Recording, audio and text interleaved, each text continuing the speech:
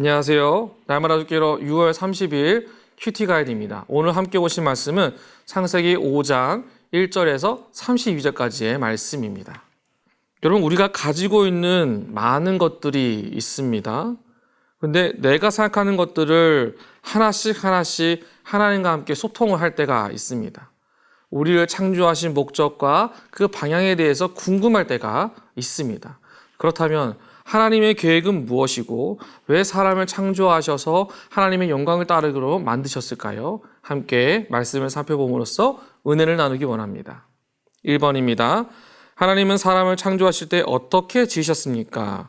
1절입니다. 이것은 아담의 계보를 적은 책이니라. 하나님이 사람을 창조하실 때에 하나님의 모양대로 지으시되. 주님이 사람을 지으실 때 하나님의 모양대로 지으셨다라고 말씀하십니다. 하나님의 모양을 따라서 우리의 창조가 이루어졌다라는 것을 분명하게 성경이 기록하고 있죠. 그것을 아담의 계보로부터 지금에 이르기까지 이루어졌다라는 것을 기록함으로써 우리가 어디서부터 어떻게 왔는지에 대한 분명한 근거를 성경 우리에게 반드시 적시하고 있습니다. 즉, 우리 자신의 모습을 내 스스로가 가치 없다라고 판단하지 않도록 성경은 분명하게 하나님의 모양대로 창조되었다. 이것을 기억하게 우리에게 도전하고 있다는 것입니다. 2번입니다. 에녹은 무드셀라를 나온 후 300년을 어떻게 지냈습니까? 22절입니다.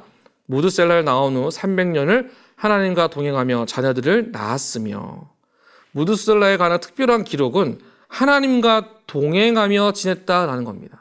하나님과 동행은 단순히 좋은 순간만 말하는 것이 아니라 힘들고 어렵고 슬프고 마음이 답답할 때에도 낙심이 될 때에도 무드셀라는 하나님과 함께 동행하는 일에 열심을 다했다라는 것을 우리는 성경을 통해서 보게 됩니다. 우리 스스로가 이와 같은 무드셀라와 같은 하나님과의 동행이 매 순간마다 필요하다라는 것을 적시하고 있습니다. 3번입니다. 라멕은 누구를 낳았습니까? 28절과 29절입니다.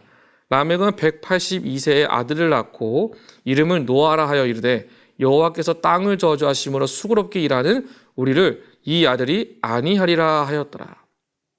아담의 불순종에서 가인의 살인과 라멕의 폭력과 온 세상의 탐욕과 부패와 인간성의 실종으로 인하여서 세상은 점점점 무너져 가고 있었습니다. 4장부터 6장 8절까지 타락한 세상의 참모습을 보여줍니다. 그런데 그때 하나님은 한마디도 정리를 하십니다. 하나님의 심판을 도저히 피할 수 없는 죄로 가득한 세상을 물로써 심판하시는 이 일들을 시작하십니다.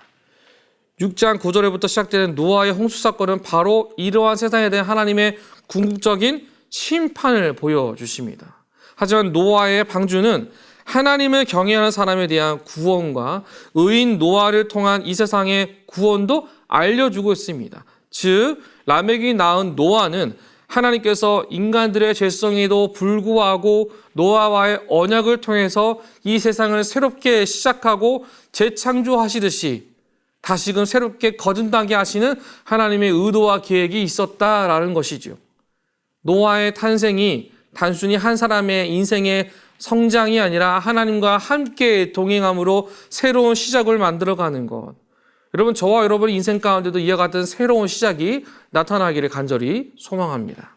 4번입니다. 여호와께서 땅을 저주하시며 수고롭게 일하는 우리를 이 아들이 아니하리라 하고 아들의 이름을 노아라고 지은 라멕이 아들을 어떻게 양육했을지 생각하며 묵상해 봅시다.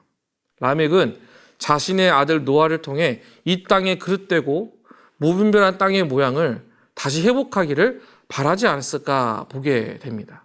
스스로는 그와 같은 길을 걸어갈 수 없지만 자신의 자녀인 노아를 통하여서 새로운 시작이 나타나기를, 노아로부터 하나님께서 약속하신 놀라운 인류 변성의 축복이 아름답게 이루어지기를 바라지 않았을까요? 그래서 노아를 그렇게 세우신 하나님을 의지하지 않았을까요? 우리 자신도 그렇게 하나님을 의지하는 은혜하기를 간절히 소망합니다. 마지막 5번입니다. 하나님과 동행하는 신앙의 계보를 보며 다음 세대가 하나님과 동행하는 세대가 되기 위해 내가 해야 할 일은 무엇인지 생각해 봅시다. 하나님께서 허락하신 내 자녀가 하나님의 손길을 경험하고 만날 수 있도록 이끄심을 구하고 함께 걸어가기를 의지하는 것. 신앙의 계보가 지속적으로 이어지는 은혜가 나타날 수 있도록 작은 것이라도 열심을 다하는 것. 그래서 우리의 믿음의 다음 세대가 강건하게 세워지기를 날마다 사모하는 것. 그것이 우리에게 필요한 모습이지 않을까요? 이 아침에 우리에게 주어진 이 모든 것이 하나님의 뜻과 계획임을 바라보며 오늘도 믿음의 계보로서 승리하며 나아가는 저와 여러분 모두가 되시기를 주님의 이름으로 축복합니다.